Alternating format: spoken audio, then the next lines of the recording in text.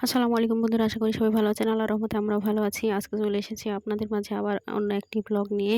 তো আজকে আমার বাবার বাড়িতে এসেছি। বাবার বাড়িতে না, সঠিক ফুপুর বাড়িতে। তো আমার বাবার বাড়ি আর ফুপুর বাড়ি পাশাপাশি। আমার ফুপুরা ওরাও বাসায় থাকে না, ওরাও শহরে থাকে রাজশাহীতে। তো ফুফাতো ভাই বিয়ে করেছে, তো ওর বউ নতুন বউ নিয়ে এসেছে। তো সবাই মিলে একসাথে এ আনন্দ করব বলে এসেছি। সবাই একসাথে মজা করা হবে। সবাই তো এভাবে একসাথে হওয়া হয় না। যে যার কাজে ব্যস্ত। সবাই এদিক ওদিকে থাকে, কাজ করে, ব্যবসা করে। তো ঈদ কিংবা কোনো একটা occasion বাদলেই সবাই একসাথে জড়ো হওয়া হয়। এবার তো ঈদ চলে গেছে আর ৮-১০ দিন হয়ে গেল, কিন্তু আমি আর বাবার বাড়িতে যাইনি। কারণ সবাই আসবে বলে আমি যাইনি। আমার ফুফাতো ভাই নতুন বিয়ে করেছে, ওর বউকে নিয়ে আসবে, আর ওর শ্বশুরবাড়ি থেকে মেহমান আসবে। তার জন্য ফুপু আগেই ফোন দিয়ে বলেছিল যে, "আমি একলা কিছু করতে পারব না। তুমি যখন ওরা আসবে, মেহমান আসবে, ওদের আপ্যায়ন করতে হবে।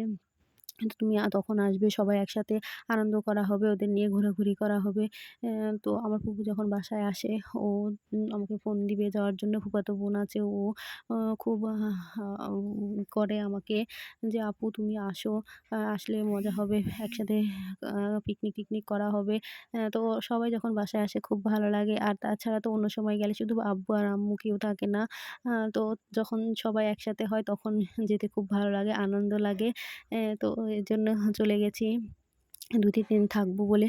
তো এসে দেখছি ফুপার কিছু ডাল করেছে, যেই ডাল দিয়ে পেঁয়াজু বানিয়ে খাই আমরা। তো সেই ডাল, সেটা ভাঙানো হবে। তো অল্প একটু ডাল, এটা তো আর মেশিনে নেওয়া যাবে না। তো গ্রামের বাড়িতে এরকম জাতা থাকে, যেটাতে এরকম ডাল ভাঙানো যায়। তারপরে আবার আটাও পিষা যায়।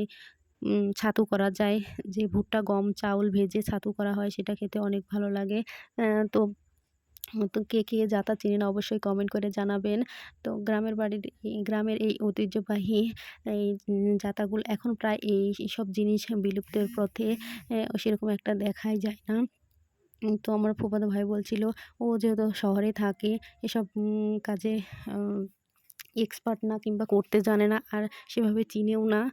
তো বাসায় আছে বলে জানে যে এটা যাতা, এটার কিভাবে ব্যবহার করতে হয় সেটাও জানে না, আর কোনোদিন করেনি। তো আজকে সবাই যখন একসাথে বলছিলাম যে আমরা কালাই পিষবো, তখন ও বলছিল যে, "আপু দেখি আমি কিভাবে করতে হয়, তোমাদের সাথে করব। যাতায় ডাল পিষবো বা ডাল ভাঙবো।" ওর বউ যেহেতু শহরের মেয়ে, ও এসব দেখেনি, তো ও খুব আনন্দ পাচ্ছিল। আর বলছিল, "কিভাবে ঘোরাতে হয় আমাকে একটু দেখাও।" তো ও দেখাচ্ছিল এভাবে। ও যেহেতু গ্রামের ছেলে, যদিও নাও করে থাকে, তারপরে দেখে শিখেছে। জানে যে এইভাবে ঘুরাতে হয়। যাতাতে ২ টা ফুটা থাকে। একটা দিয়ে আ কালাই কিংবা যেটা ভাঙবেন সেটা দিতে হয়। আর অন্যটা দিয়ে একটা শক্ত লাঠির সাহায্যে যাতাটা ঘুরাতে হয়। নিচে একটা ফেলা থাকবে, আর উপরে আরেকটা দেওয়া থাকবে। তো মাঝখানে একটা ছিদ্র আছে, সেটা দিয়ে ২ টাকে জয়েন করা হয়েছে। অ্যা তো এভাবে বারবার ফুটার মধ্যে দিয়ে ঘুরিয়ে এভাবে ভাঙাতে হয়। তো আমার আরেকটা ফুফাতো বোন, ও দিচ্ছিল। তো যাতা বারবার থামাতে হচ্ছিল। তো এটা নিয়ে আমরা হাসছিলাম, যে বারবার থামাবে আর বারবার দিবে, এটাতে সময় বেশি লাগে। আর আমার দাদিদের, মাদের দেখেছি যাতা অনবরত ঘোরাতেই থাকে আর ফুটোতে ডাল দিতেই থাকে। কোনো সময় হাত বন্ধ থাকে না। তো আমি বলছিলাম, "আপু আমি দেখি তো, আমি চেষ্টা করে পারি কিনা এইভাবে।"